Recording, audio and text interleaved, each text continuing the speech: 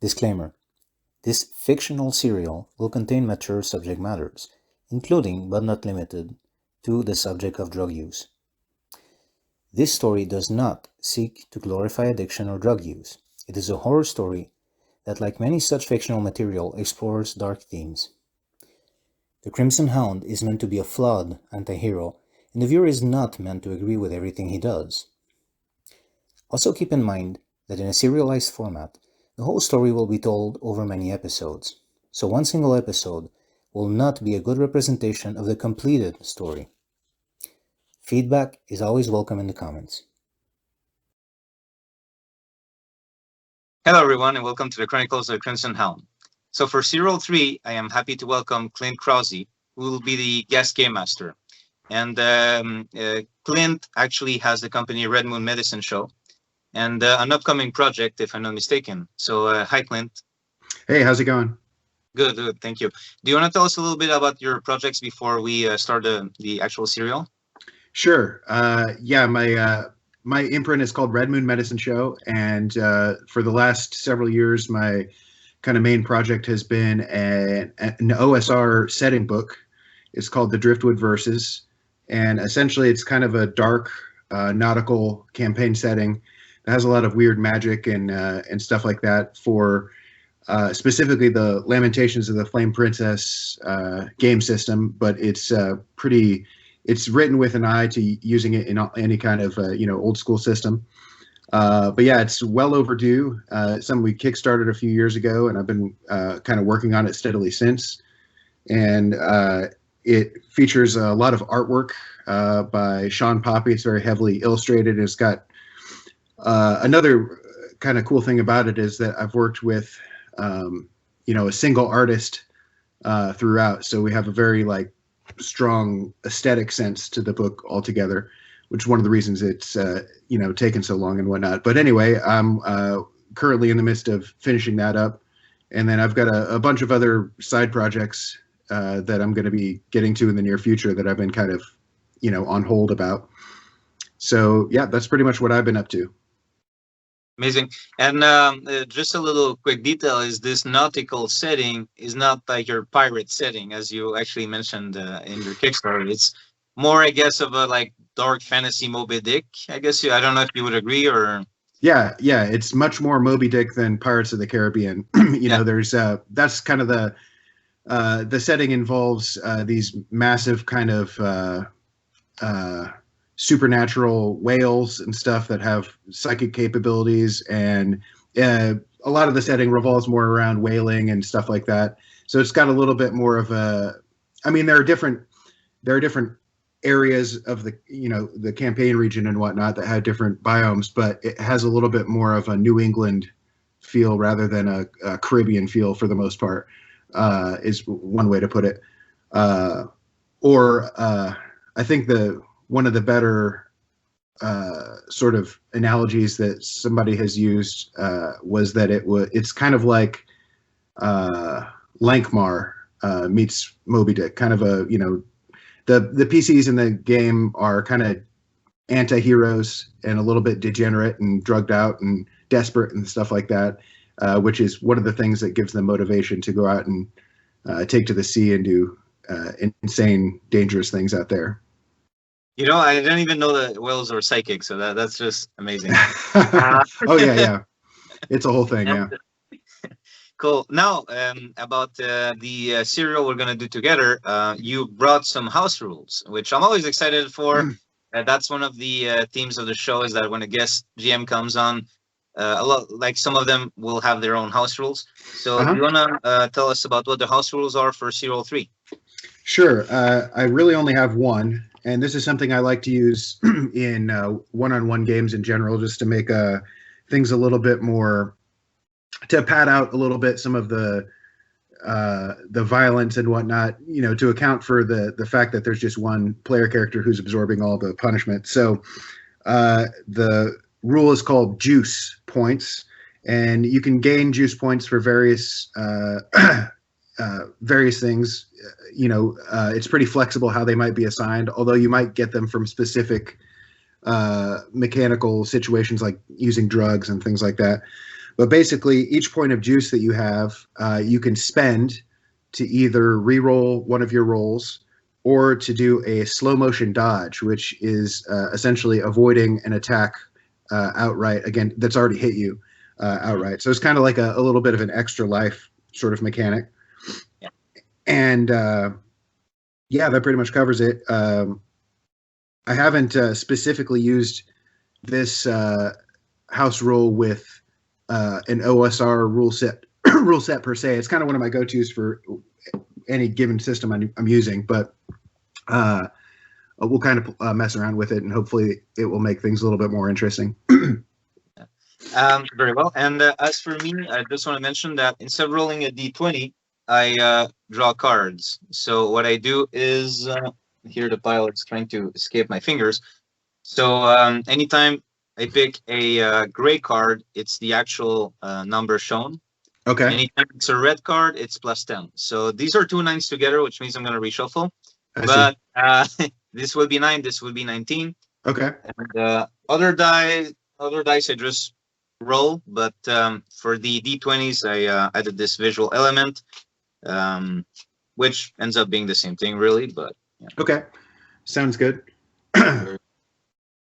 I guess one other house rule that I'll probably be using quite a bit is ability checks. I don't know if that's standard in old school essentials or not, but basically rolling equal to or less than one of your attributes on a d20. Yeah. Yes, they mention it in the book, and also I'm a longtime game master for Castles and Crusades, so ability checks are this cool thing that's very ingrained in me. Yeah, great. Yeah. Okay. Well, whenever you're ready. All right.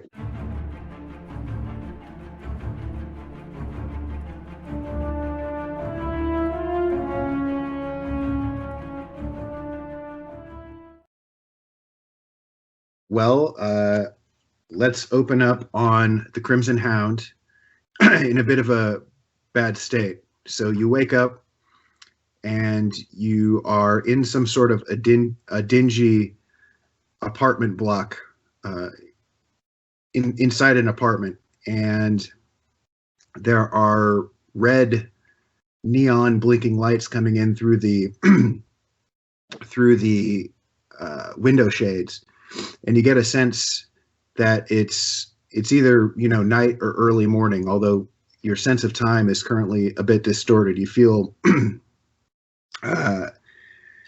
you feel a bit woozy, and as you're kind of coming to, you notice a couple things about this apartment. First of all, this apartment that you're in is not your own, nor is it one that you recognize. So you just kind of wake up in this unknown apartment, and lying next to you, there is a woman, and she is laying there, and as you're coming to, you kind of realize that she's not moving, and that in fact she's been shot directly in the chest. She's laying there, looks like she's relatively recently bled out, right next to you. And as you kind of are becoming awake and assessing the situation, see just to the side of the bed, like right where your right hand was laying, your pistol is on the floor. And it's just about that time that there is a pretty heavy knock on the door, and outside there's a kind of what sounds like a masked voice. It says, "Vigilari, open up." And the Crimson Hound would know the Vigilari are like the police force of Gloomengrad, the city. Very well. Okay. So what do you do? Yeah. So first of all, it takes a moment for Crimson Hound to realize it's not his crappy apartment, but another crappy apartment. But Sure. once that sinks in, first of all, I mean, obviously, if he's wearing the goggles, he's gonna know right away just looking through them. So does he have his uniform? Is he wearing the goggles, or is he in civilian clothes, or like what's the? He's got everything that he would normally be wearing for a night out. Okay. Although everything's a little bit, disheveled. Hmm. So that tells me I've probably been out of it for at least a few days or something like that. Is that likely, or that does it look very dirty? It doesn't look overly dirty, no. Okay, okay. It's hard to say how long he's been out. Okay. I'm gonna say, just a moment, I'm coming, and I'm trying to give this voice of someone that's just sleepy or maybe even still drunk or something like that. And I am going to check on my real quick. I'm gonna check on my headset because the visor is like a computer basically. So I'm just Mhm. gonna see if I have any recordings of what's my latest recording, or do I have something that could give me a hint of how long I've been out of it? Because I have no memory of why I'm there or what happened. Okay, sure. So, is this something that would record, like, if you're just walking around and whatnot? Do you record or? No. So it's not this like thing that's gonna record everything that happens. The Crimson Mhm. Hound does have to activate it, so it could very well have no hint at all, or maybe there would have been some situation where he would have logically wanted to record something, but it's basically up to you, really. Okay, great. So you flick through your, excuse me, you flick through your record on your visor, and the last entry that's been put in there is just a brief, like a 5-second video clip of the woman who is laying in bed next to you in some sort of pub or club of some kind. There's, it's dark, there's neon lights and whatnot, and she's kind of dancing in a flirtatious manner in front of you, and then the video cuts out. Open up! Open up! So I go look at the window. What's on the other side of the window? Is there one? Sorry, is there? I thought you mentioned neon lights, but that might have Yeah, been the door. yeah. There is a window, and the window, if you peer out, and you can see that there's a fire escape. You're about 10 floors up in some kind of habitation block apartment building. Okay. And there's a fire escape that you can see zigzags down to the street level or up to the roof. The only other obvious exits from where you're sitting are the front door of the apartment, which is right across from the bed. And it looks like there's another across the way, like towards the foot of the bed. It looks like there's another door that leads to probably a bathroom or something like that. Okay. I'm gonna look down to see if there's any vigilante waiting for me down, like outside, down the fire exit. Okay. When you look down there, you can see that there's nothing on the fire exit. There's no people or vigilante hanging out there, but you do see a vigilante patrol vehicle with its lights on, kind of sitting in near the entrance of the apartment block below, on the street level. Okay. And it looks like there's 2 or 3 vigilante officers down there. They look like they wear single color like red jumpsuits, and they have gas masks.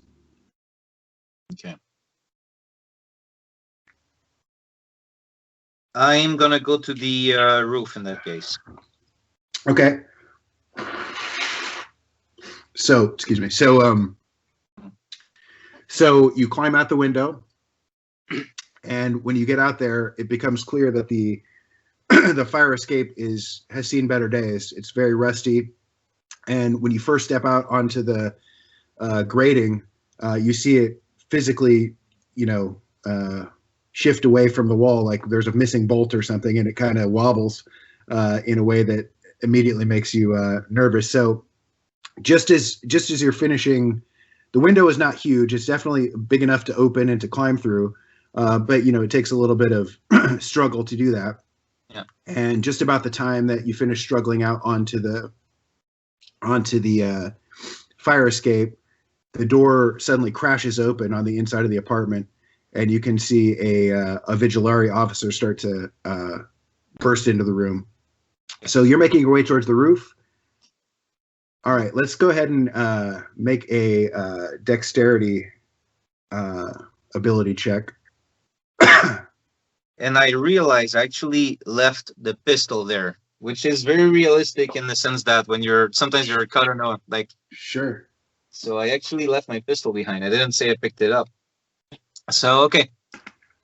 And all right. So what weapons? What do you currently have on you? So because you mentioned the pistol was the handgun was on the floor, and I never said I picked it up. I just left. So yeah, that's perfect. Okay. It fits with how someone can react sometimes when they're in a rush. Sure. And but I have 20 bullets. Okay. And I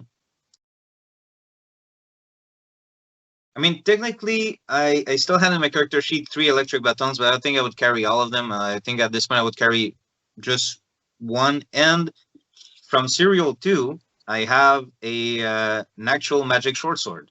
+1. Great. Okay, great. So that's he actually carries around an old magic sword. Fantastic. Okay. So just as you scramble onto the fire escape, the Vigilary bursts through the front door, and you have this sudden realization of, oh shit, I've left my gun. Yeah. So you start scrambling your way to the to the roof. Go ahead and make a dexterity check. That would be a 6. Okay. Yeah, my dexterity is 14. Okay.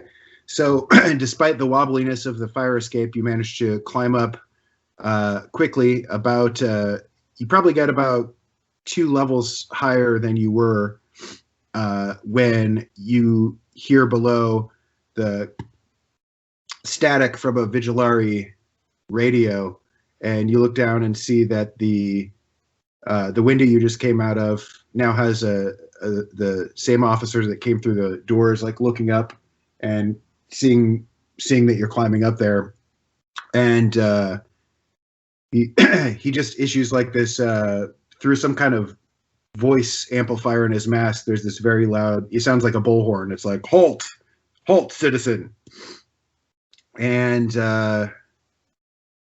at this point, it looks like he's readying to kind of either climb out on the fire escape or maybe take a shot at you with his sidearm. Okay. But what do you want to do? Do you want to keep going, or do you want to do something to respond? Okay. Well, I'm guessing I start with Hero Juice, right? Yeah. I was going to say, let's go ahead and start you off with 2. 2. Amazing. Okay. Now, here's a question I have that will seem like a weird question, but it's going somewhere if it coincides with my idea. Okay. So I'm on this fire escape. Let's say we're in the city. From the point where the fire escape was loose, if it were to kind of fall this way, would you say it would fall against a building? Yeah, I think that things here in Gloomingrad tend to be kind of stacked on top of each other. So yeah, it wouldn't be much of a stretch to lean it over to a nearby building or something like that. It would be absurdly dangerous, but definitely possible. Well, I have juice, so I'm gonna play around with that. Sure. So what he's gonna do is, because I obviously I don't I'm not asking about real life and real world stuff. I'm just in the setting. The Vigilary, are they as a police force, are how do they behave overall? Is my question. They are kind of typical dystopian totalitarian stormtroopers. So there are not nearly enough of them to actually police the immensity of the city. And so they're in kind of Judge Dredd style fashion. They're basically given complete autonomy over or authority over, arresting people and shooting people and all that kind of stuff. And that generally they're also highly, corrupt in many cases and bribable and stuff like that. But they're not. They don't generally, suffer too many fools in terms of you can't get away with too much crime before they'll just straight up shoot you. Okay, so I don't necessarily, well, first of all, because it's kind of a gray area here, and also I don't necessarily want to make them determine enemies against me, Sure. even though that will probably happen eventually. But, overall, Crimson Hound's not concerned with like mortal crime. He goes more after supernatural stuff. Sure. He can make exceptions, of course. Like this might be one. Even if there's nothing supernatural, obviously, he's interested in what's going on. They try to set him up. But he's still going to try to not find himself dealing with the supernatural and the vigilary at the same time in his lifetime. Sure. So what he's going to do, he's actually going to scream out, "I suggest you hold on." And he's going to grab onto the fire escape.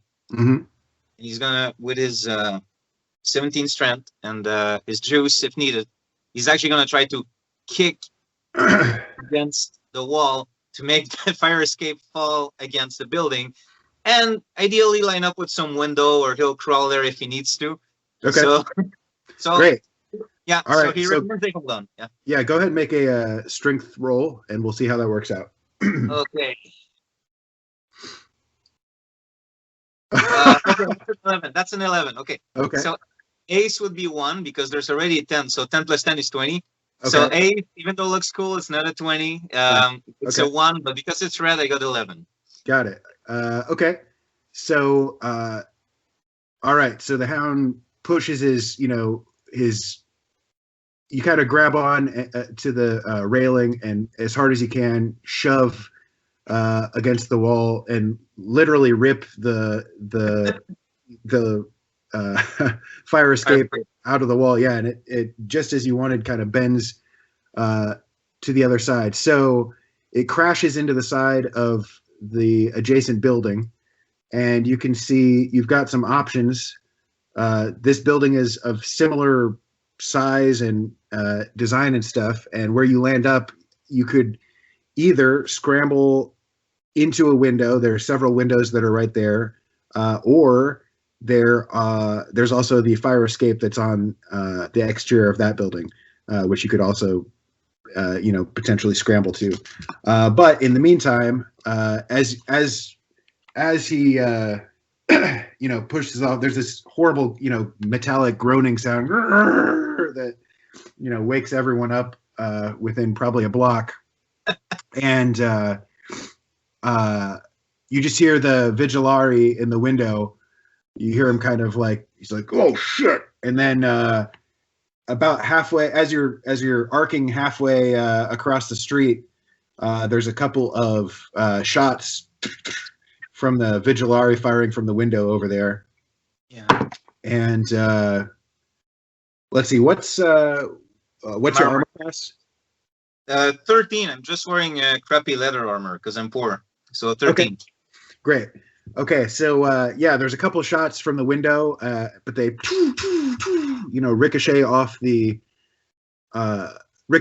fire escape as you slam over. Okay, so you have a mere moments to make the choice of where to go next. Window. Okay. Do you want to so as you're coming over, do you want to basically crash through a window directly? I mean, look, if it aligns and it can be a really action movie style, I will. But Okay, yeah, I'm not gonna put myself in gross danger just to make it cool. If it lands in front of the wall, I'll wait for it to land and then I'll shift to the window. All right, sure. So given that you made your roll and stuff, we'll assume that it works out essentially ideally how you wanted.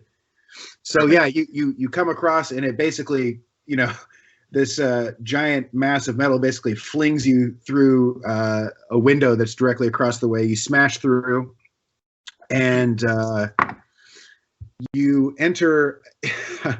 So you enter an apartment of similar size to the one that you just left. This one is full of kind of exotic morning cooking smells.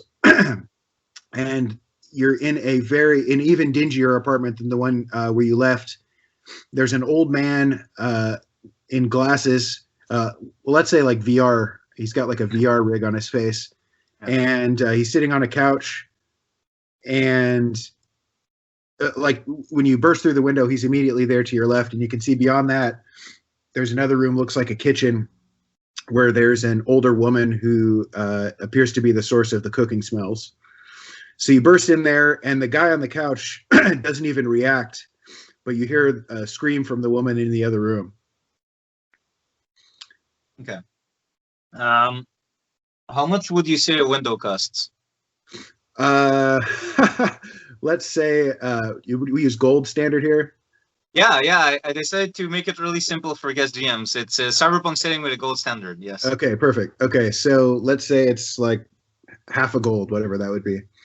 Okay. So 5 silver. Okay. Yeah, 5. Okay. That actually leads me to an interesting question. And as a guest GM, I guess you'll be the first one to decide that specifically for the setting, since it never came up before. Okay. Is it a world where tenants would be responsible to fix their own broken window, or would the owners of the building take care of that? I think that my thought is that it would be up to the owners of, in this case, it would be up to the owners of the building, who would probably apply to some, municipal bureaucracy, which would then take about 4 years to fix. Yeah, something like that. Yeah. So it's going to be broken for some time. Yeah. Okay. I will. No, I'm trying to. I just want to see if I did something fancy like putting my money in a digital stick or something, or if I actually have cold cash or cold gold. Okay. Okay, I didn't write anything fancy. Okay, cool. So I am gonna leave one thought I had regarding that is that maybe there's kind of a cash currency that basically lower level people in society use, and then the upper echelons generally use more like a digital currency, like a credit stick or something like that. Oh, but I like that. The thing with that is if you run afoul of the vigilari, then they can turn your accounts off and stuff like that. So, I would say on the criminal underside world, it's more common to probably use cold hard coins. Which the Crimson Hound is definitely a criminal at the end of the day. So, Sure. And he easily weapons and all that. So it makes sense. Yeah. So yeah, I really like that. Thank you for that contribution to the setting. Sure. And the Crimson Hound will leave an actual gold piece on the table. Okay. And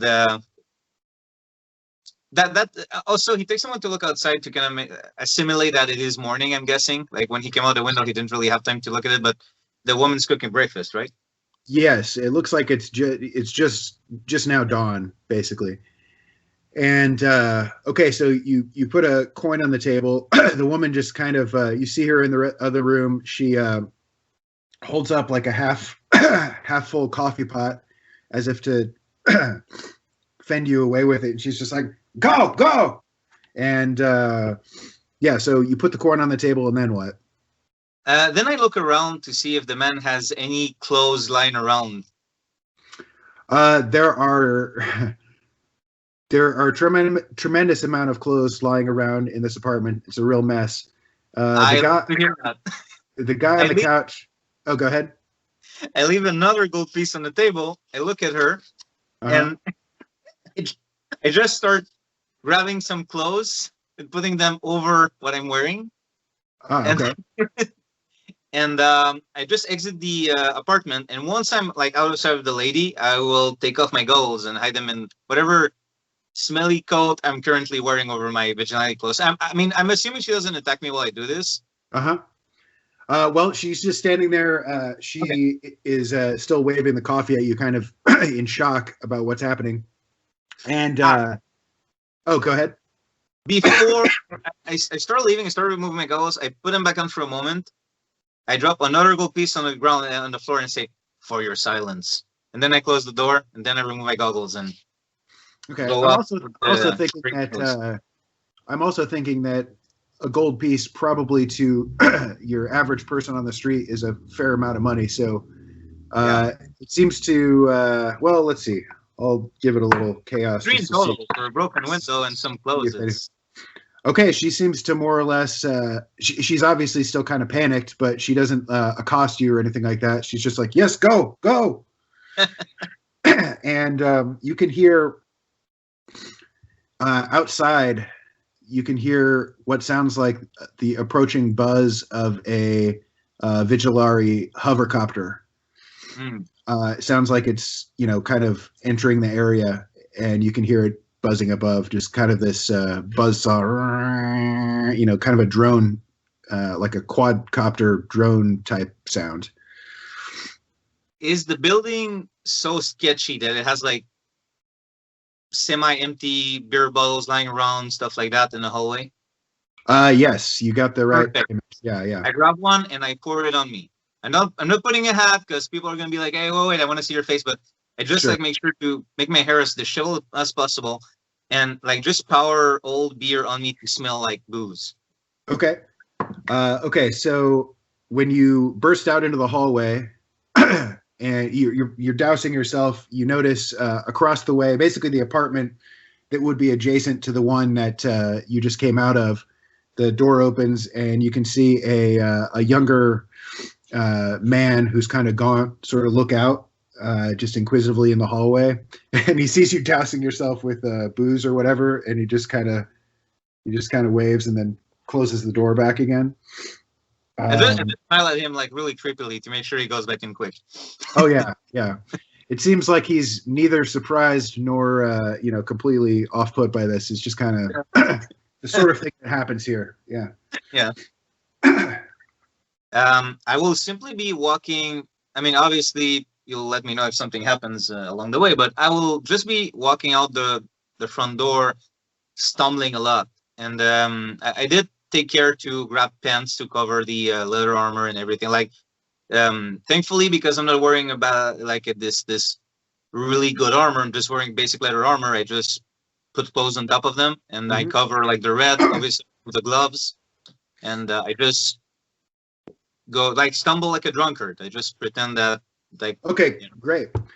So as you're going down, you can still hear, because the walls of the building are not particularly thick anyway. You're hearing the hovercopter kind of circling the area. Basically, you can tell it's over the building that you're in, or thereabouts. It's like circling it, and you can also hear more Vigilari radio chatter and more vocal amplifications, like they're shouting orders and stuff to people on the street.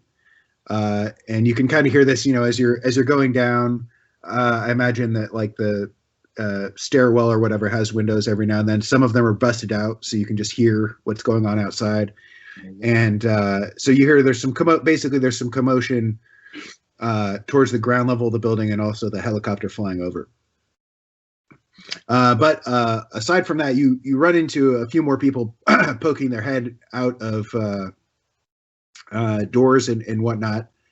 But you're not accosted by anyone or anything like that. Now, I forget what I said, but you're something like 12 stories up, so it takes a few minutes to come down.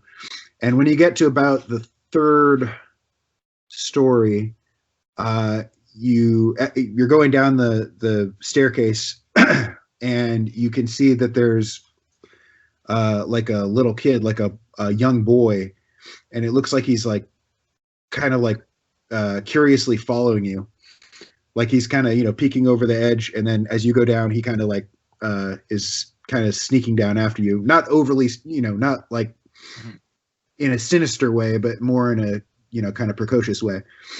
Okay. As a side note, just in case they have, I don't know if they would have, and the Crimson Hound doesn't know either, if they would have like technology that would have infrared to see through a building. So the whole time, even if there's no one in the hallway, he does continue to stumble. He continues the acting, even through like moments where no one would be watching him, just in case. Okay, but the kid. So how old is the kid, give or take? He's about probably about 10. Okay. And when he sees you kind of turn and look at him, he's just like, he kind of waves. He's like, "What's wrong, mister?" Just out for some booze, You'll understand when you're older. He's like, do you know my dad? I don't think so. Does he sell booze? He's like, "Are you Henry?" Can't say that I am, no. It's like, are you sure? I'm pretty sure, yeah. I'm not that drunk yet. He looks kind of confused, but then he he doesn't say anything else, but he continues kind of following you. Okay. I stop for a moment and so your dad asked you to find Henry, right? Henry is a friend of my dad. Yeah. Yeah, and he said he looks like me. Well, he said that Henry's a no good drunk. Ah, okay, so that's why I'm Henry. Well, I thought so, but I mean, I don't mean to be rude. So what were you supposed to ask Henry? He's supposed to take me down to my mom's shop. Well, kid, you know what? I'll be Henry. Come on. Okay. What's the Hound's charisma modifier? Let's see. It's 10. No modifier. Okay. So he seems a little bit skeptical of your, like, oh, well, yeah, I'll be the person you want me to be. But he also seems to have no better guide at the moment, and probably poor guidance in general. So, yeah. He seems to like kind of perk up, like, oh boy, an adventure, and starts starts running to catch up with you. My thinking is that if I come out like guiding a child, I'm even less suspicious of Vigilary. Yeah, sure. Yeah. Also, at first I was wondering, like, wait, is this related to what happened to me? But since it has nothing to do with my face or anything like that, it's just like Henry's a drunk. Well, I'll just lead I'll actually help the kid to his mom's shop, and then that'll also help me, I guess, look less suspicious. Okay, great. Yeah. So you let him follow you down, and his name is Zan. He says. Okay. And yeah, Zan, and you get down to the lobby of the building, and there's some windows, some large windows and stuff on the front of the building, so you can kind of see out. And you can see that there is a Vigilary patrol vehicle that it has been parked out front, and there's several Vigilary that are they've made a perimeter around the exterior of the building, right at the entrance. So you can see two officers directly outside. So how do you want to make your approach?